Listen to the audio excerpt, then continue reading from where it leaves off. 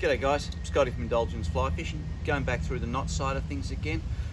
We've just done the Bimini twist. So now what we're going to do is we're going to do the Albright knot.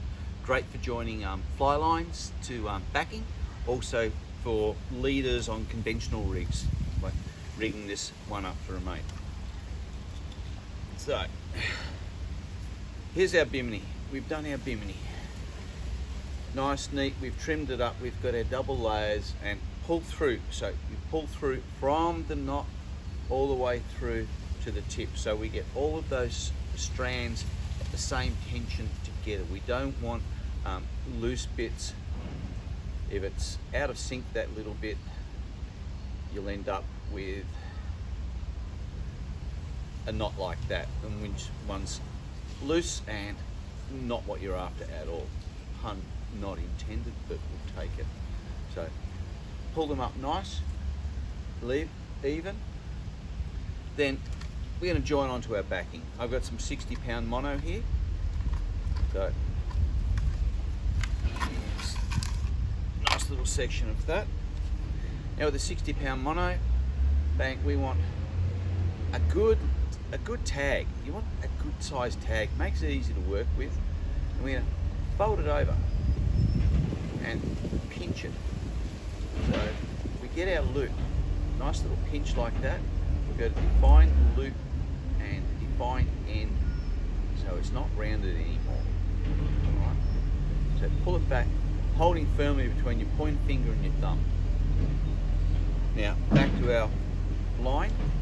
Once again, pull through from that knot, so it pulls up and gives us our section there, and we come through that loop we've made. We come up through the bottom of it, pull a nice length of tag through, and then we pull it down and back so that it locks in those two fingers. So here's our line coming in. Make sure it's nice and level again. Now grabbing that, we pull it forward, still holding between our fingers, and we wrap it around that loop, right?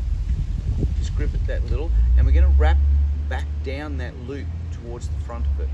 We're going to do that between 5 and 7 times. So once, twice, 3, 4, 5, 6, 7. Each time I've wrapped back down through. Now because we came up through that loop, we finish off by going back down through that loop.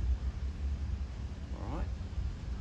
So that's it there. We've done that. We've got our main line coming out. Make sure that it is nice and even again before we pull it tight.